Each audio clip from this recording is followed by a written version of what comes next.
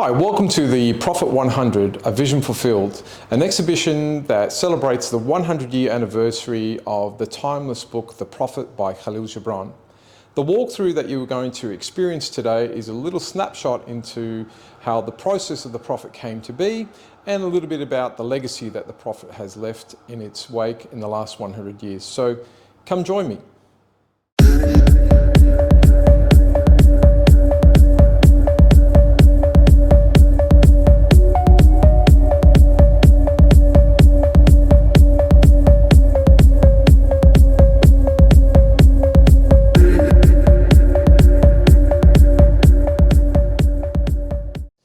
So we're starting off with the creative process, and this room behind me shows a little bit about how Gibran's thought process came to form what we now know as the Prophet. So come on in. So with the paintings, Gibran developed his style of writing. So being a symbolist painter, he learned to adapt some of those visuals into his written word. Gibran was a native of Lebanon who immigrated as a 12-year-old to America in 1895. So he quickly developed his English, but wasn't exactly secure with it. So the painting expression really helped develop some of that into the written format. What you see here is a snapshot of the manuscript of the Prophet. Gibran was very meticulous about how he wanted the Prophet to sound. In actual fact, he wanted everything of the Prophet to be just perfect in lots of ways. So he had a lot to do with the chapters being the way they are. And in some cases, because Gibran was, his native, if you like, language was Arabic, he would often write his thoughts down in Arabic before they made their way into the English format. So one of the things that we're celebrating in the exhibit is the relationship that Gibran had with Mary Haskell. For those of you who don't know, Mary Haskell was a confidant and a benefactress of Gibran, also proofread and sub-edited some of his work. Gibran's English was developed highly because of Mary's influence into that. So the exhibit has some beautiful wordings from her journals. So she kept 47 journals and around 600 plus letters of their relationship, and that's how we know Gibran in depth. So we owe a debt of gratitude to Mary Haskell for documenting Gibran's life, but also helping him nurture into the artist that we see today. So as you can see behind me, the wallpaper here represents Gibran's studio in New York. What people don't realise about Gibran is that he was a painter before he became a well-recognised writer. So the walls, or the couple of walls you see here in his apartment in New York are adorned with some of his paintings. So just like the galley proofs, Gibran had a lot to do with drawing his own front cover of all of his books that were published by Alfred Knopf. As you can see here with the title of the book, it closely resembles also the handwritten title in the manuscript. So one of the other things that Gibran did, which was unusual for any Knopf author and has been for the duration of Knopf publishing, he illustrated his own Borzoi Russian hound dog, which is the emblem of Knopf publishing.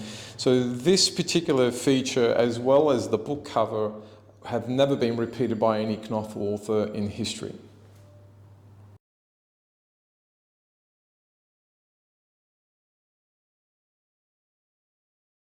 So as we were saying before, Gibran was a painter first and foremost, and just like the Prophet took 12 years to produce and develop, so did the face of the Prophet Al-Mustafa.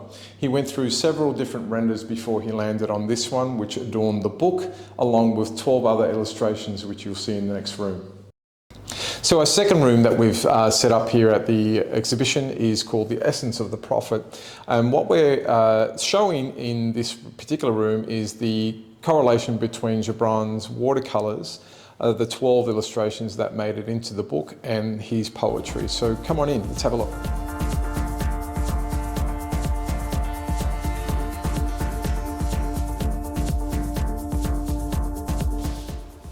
So the book is celebrating the 100-year anniversary almost to the month. So it was first published in September of 1923, and those familiar with the book know that there's 26 chapters in the book itself. But what a lot of people don't know, that the 12 illustrations that were in the book also have a deeper connection with the actual chapters. Take, for instance, The Archer. This particular watercolour is directly linked to the chapter on children. And how, you might ask? I mean, a lot of people are familiar with your children are not your children, but if you read further down the text, you'll read, "You are the bows of which your children as living arrows are sent forth. The archer sees the mark upon the path of the infinite, and he bends you with his might that his arrow might go swift and far. Let the bending in the archer's hand be for gladness, for even as he loves the arrow that flies, so he loves also the bow that is stable." Here's some early editions of the Prophet. The top shelf here has the first three. We've got the 1923 version, the March 24 and the August 24. What's interesting about the Prophet when it did come out, Alfred Knopf probably didn't have a lot of confidence that this book would sell, but that quickly changed as the numbers sold out very quickly within the first few years. So by 1926, he was producing a deluxe holiday version with a gold leaf front and a slipcase. And by 1927, there was a pocket edition, which was leather bound. A little anecdotal story about the leather edition. Knopf had written to Gibran saying that the book is costing more to produce, and in typical Gibran fashion, he said, "Well, that's fine, but we're not going to charge more, you just take it out of my royalties." Our third room, we have the enduring legacy of Kahlil Gibran. This is a bit of a fun room because it talks a little bit about the impact that the Prophet has made on the wider community and popular culture. So come on in, let's have a look.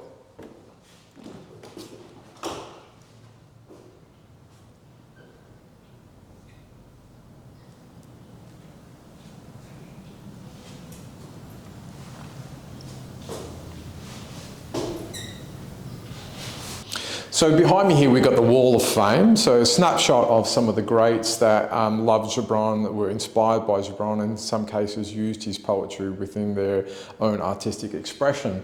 Johnny Cash famously credits the book as one of the books that sort of saved him from spiralling into drugs and alcohol. Our very own Heath Ledger, Australian actor, unfortunately passed away early, was an avid reader of Kahlil Gibran. His memorial in Western Australia has a quote by Kahlil Gibran as well. We've got Marilyn Monroe, who we all know that she read and adored the book and called it a book for everyday living. But Elvis, the king, got his own wall. Elvis Presley was a mad fan, if you can call it that. We purchased his first copy of the book in 2013, which is now in the museum in Lebanon. But what's interesting about Elvis's book, that he wrote his personal notes in the book, and some of them are quite deep and profound. Not something you would particularly connect with Elvis, but his book was one that was read to, he read his book to his mother, and it was passed on to his chauffeur Charlie, and now is with us. One of the things we're highlighting here at the exhibit is the popularity of the book and why it was, and it continues to be, a very read and loved and adorned book. The book itself has never been advertised in its lifespan, but the book is well loved and cherished. So it is a word of mouth book and very much a gifted book. So what we're highlighting here at the exhibit is some of the inscriptions that I've collected over the years that really give us an insight into how people gift the book to another person, hoping that it inspires them and it comforts them like it did for them, for the reader itself. So Gibran's Temple of Art series included, as we said before, a lot of people that he wanted to connect with, and it was his way of picking their minds, if you like. I mean, for instance, this is a portrait of W.B. Yeats. The portrait itself didn't take a long time, but the conversation went on for hours. Carl Jung, another example of Gibran connecting. But we have a special treat at this exhibition. So during the process of putting the exhibition together, a new face from the Temple of Art series surfaced and we had no idea she existed. Let me introduce you to Rose O'Neill. Rose O'Neill is better known for her illustrations and cartoon magazines, but she's also famous for producing the world's first mass-produced toy called the Cupid doll. She's the only original piece that we have at the exhibition, but definitely our favourite piece. So one of the other aspects of the book, The Prophet, is the translation. So in 2017, along with a colleague of mine, Francesco Medici, we conducted the study on how many translations existed of The Prophet, and we were surprised to learn that there was over 100 translations. Now, to put that in perspective, what we're exhibiting is only the first edition by language or country. So the French edition, which we have here, or the German in 1925, we only counted the first one. There is other German and other French editions which were not counted. It makes the book one of the most translated books in the world. One of the things that we're highlighting at the exhibition is the audio recordings of Gibran's poetry and the many different types of audio recordings that we've collected over the years. One interesting one is the 16-inch transcription record, which is part of our collection. So if you're asking what a 16-inch transcription record is, well, it's a record that wasn't for public sale, but it was produced mainly for World War II. This particular album that we have here has narration of the Prophet by none other than Raymond Burr. Another great find that we have discovered over the years is a book that was produced by the US Army, the Prophet Armed Services Edition. This was part of a collection of books that was official reading material for World War II soldiers. So Gibran's book, which is a full copy but in a small size, was meant to fit in the pockets of the soldiers during the World War II campaign. This particular book makes up one of 1,300 plus copies that were part of the official reading material that was supplied to World War II soldiers. So our final room we're calling the reflection room, and it's a bit of a mishmash of items that I've collected over the years. So let's go on in and have a look.